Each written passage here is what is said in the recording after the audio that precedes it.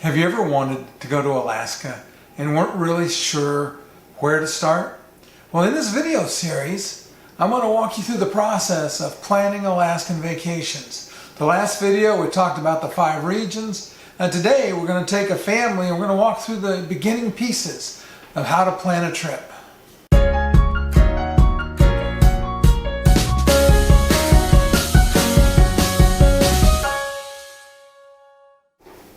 If we're meeting for the first time, my name is Ken Edmonds, and on this channel I provide information and tricks to help people that travel with disabilities travel better. I also provide information to help people enjoy travel more. When we think about going to Alaska, everybody has different desires, different goals.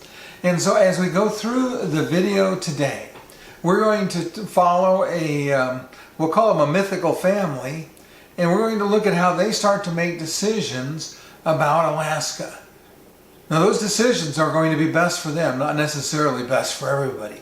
But the process will help everybody get better at planning Alaskan vacations. Our family is going to be a husband, a wife, and a granddaughter. And they have some things in common. They all want to see glaciers. They're all fascinated with seeing glaciers. And they all love to watch and see the wildlife. And so those are things that are going to be important to them as they start working through the planning process. A little more about our travelers individually. We'll start with the husband. He's in his late 60s. He's in pretty good health. He likes the outdoors. He used to camp. He doesn't really do that anymore. But he likes nature and wildlife. He likes to fish. He likes some museums, not particularly art museums. And he really doesn't like to shop. The wife for our mythical family is in her early 60s. She's got some mobility challenges. She has trouble walking, so she uses a wheelchair part of the time. The rest of the time she uses her wheelchair like a walker. Now, she loves to shop. She loves museums. She likes art. She likes history. She's not interested in fishing or hunting. And she doesn't like to camp at all. In fact, her idea of camping is the Holiday Inn. And she hates packing and unpacking.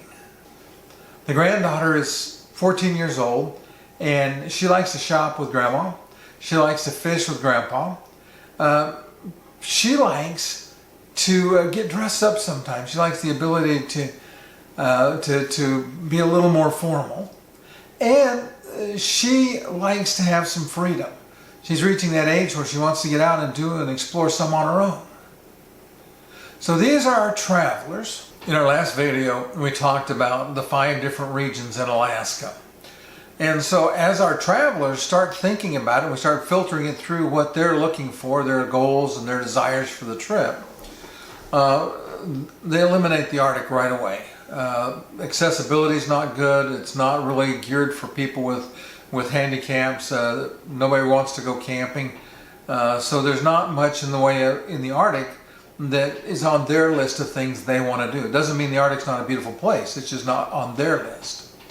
We think about the far southwestern Alaska, and again we start to have challenges because accessibility is not necessarily as good as it is in other places.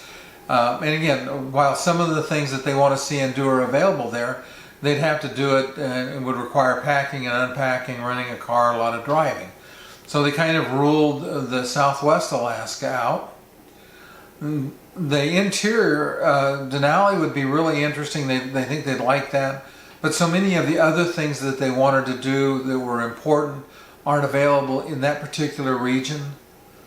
South Central offers some of the opportunities, but again it would involve either packing and unpacking as they moved from location to location, or it would involve missing out on some of the things that they wanted to do. What's left is the Inside Passage. Now the Inside Passage has everything that they're looking for on their bucket list, you could say, but there's 2 choices when we do that. We can do the Marine Highway, take their own vehicle, and take basically the ferry up and see these different ports and see the different things. But that means packing and unpacking, and that's very definitely not on the wife's list. So what we're left with, and the decision is made, is that we're going to do an Alaskan cruise in the Inside Passage. That meets everybody's objectives. The ports allow a lot of nature activities, museums, shopping. Being on board the ship means only packing and unpacking once. The ship is geared where you can allow the granddaughter a little more freedom. She can come and go a little bit. And there's some opportunities to dress up and look really pretty. So those are the things that really kind of meet everybody's desires, what they want to do as they plan their Alaskan vacation. Question of the day.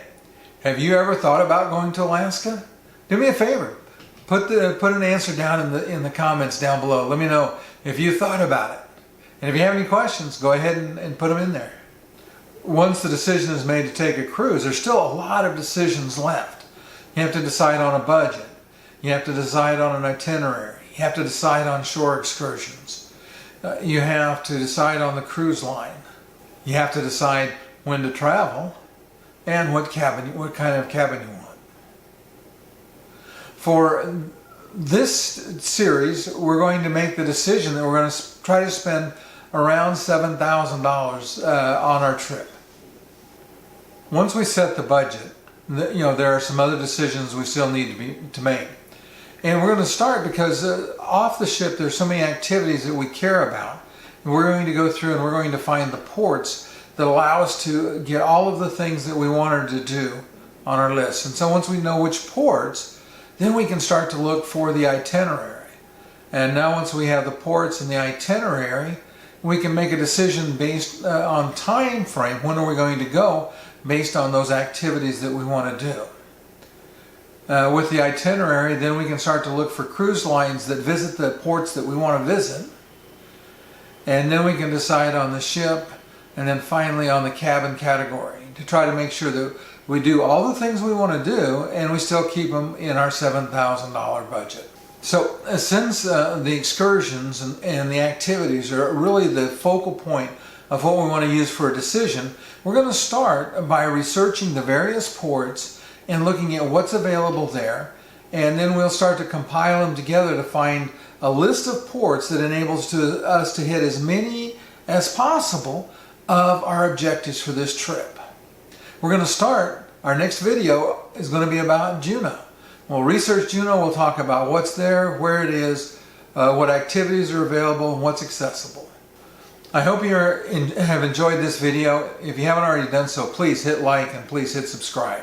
You'll want to hit the little bell icon too so you get notified when the new videos come out. Down below, if you would, please post any questions that you might have about Alaskan vacation planning. I'll try to make sure that we do a video that answers them. Also, you'll find all the information we talked about is in the show notes down below. And there's a link to the playlist of all the videos in this series on Alaskan trip planning. We'll see you next time.